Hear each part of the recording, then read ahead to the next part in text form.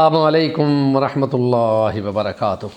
کم من فئۃ قلیلۃ غلبت فئۃ کثیرۃ باذن اللہ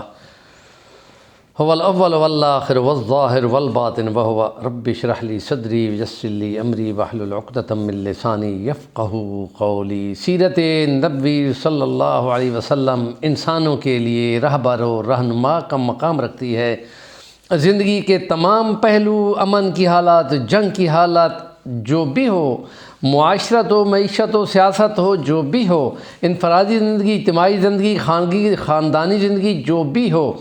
سب کے لیے نبی کریم صلی اللہ علیہ وسلم کی زندگی کا نمونہ معیار ہے۔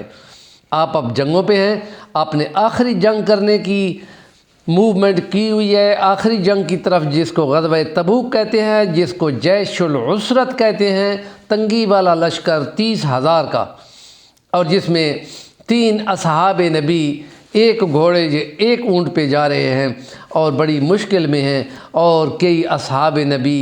اکیلے پیچھے پہنچے اور کچھ نے بھگاتے اپنے اونٹ بھگاتے بھگاتے جا پہنچے تو حضور مسکرا دیے۔ حضرت ابو ذر غفاری کے بارے میں آتا ہے کہ جب ان کو لگا کہ میری اونٹنی میرے ساتھ نہیں دے رہی تو یہ کامل ایمان والا بندہ اپنا کچھ سامان کندھے پہ رکھا اور پیدل چل پڑا۔ نبی کریم صلی اللہ علیہ وسلم نے دیکھا تو اس کو فرمایا ابو ذر آ گیا، ابو ذر آ گیا، اور ابو ذر اکیلا پیدا ہوا ہے اور اکیلا ہی فوت ہوگا اور اکیلا ہی اٹھے گا۔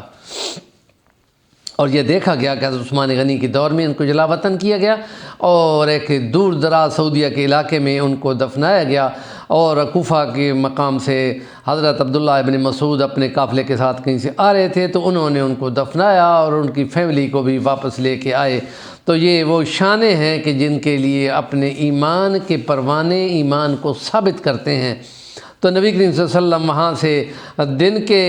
سارے ٹائم جھاڑیوں کے نیچے چھپ کر اور رات کے ٹائم تیز تیز بھگاتے ہوئے اور وہاں قوم ثمود پر سے گزرے تو آپ نے فرمایا یہاں کے جو پانی لیا ہے وہ گرا دو، اور جی یا رسول اللہ ہم نے تو آٹے گوندے ہیں۔ آپ نے فرمایا آٹے اس قابل ہے کہ جانوروں کے کفالت کے لیے ہے، یا جانوروں کو کھلا دو، آٹا نہیں استعمال کرنا، اور سار کو ڈھانپ کر روتے ہوئے گزرو کہ ہم اپنے اللہ سے معافی مانگتے ہیں۔ اس قوم نے سرکشی کی تو ان پہ عذاب آیا، اس کے برے اثرات اس پہ آتے ہیں۔ سروں پہ کپڑے ڈالتے ہوئے، گردنیں جھکائی ہوئی، تیزی کے ساتھ وہ وہاں سے نکلے اللہ سے معافی مانگتے ہوئے، اور پھر مقام پہ نبی کریم صلی اللہ علیہ وسلم آگے پہنچے، اور اس سے ایک منزل کے فاصلے پہ تبوک تھا۔ آپ صلی اللہ علیہ وسلم نے فرمایا کہ وہاں کوئی پانی نہ لے، وہاں پہ ایک کنواں ہے یا چشمہ ہے،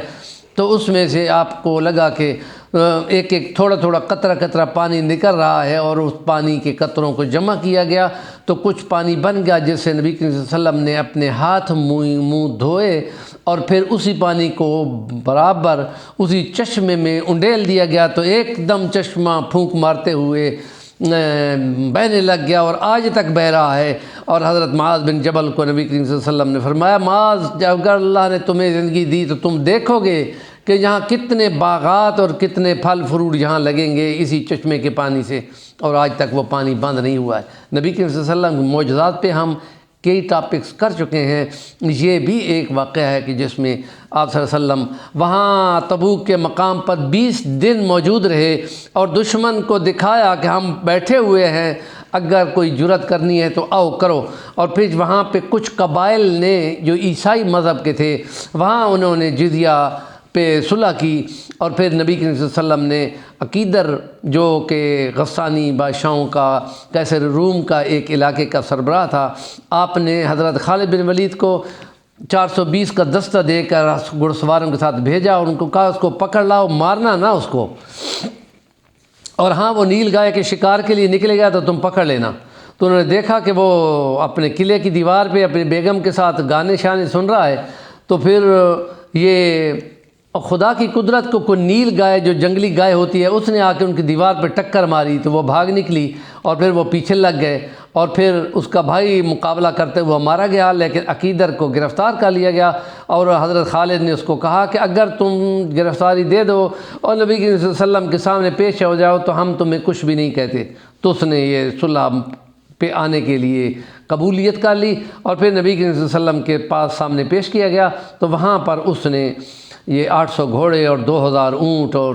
400 زرہیں اور 400 نیزے یہ باقاعدہ دے کر جزیہ پہ صلح کی اور پھر آپ نے اس کو واپس جانے دیا۔ تو یہ کرتے ہوئے نبی کریم صلی اللہ علیہ وسلم یہاں سے واپس آتے ہیں، اور پھر یہاں سے آتے ہوئے ایک مقام پر پہنچ کر آپ نے اس منافقوں کی مسجد زرار کو گرانے کا حکم دیا۔ یہ تمام باتیں مولانا ادریس کاندھلوی کی سیرت المصطفیٰ کی تیسری جلد میں 80-90 کے صفحوں کے درمیان تمام واقعات تفصیل سے لکھے ہوئے ہیں۔ ہمارے چینل کا نام ہے صفی البانی، ضرور سبسکرائب کریں اور کام کی بات کا کومنٹ کریں۔ نالج بڑھانے کے لیے آگے پہنچاؤ گے تو انشاءاللہ اس کا پورا ثواب ملے گا۔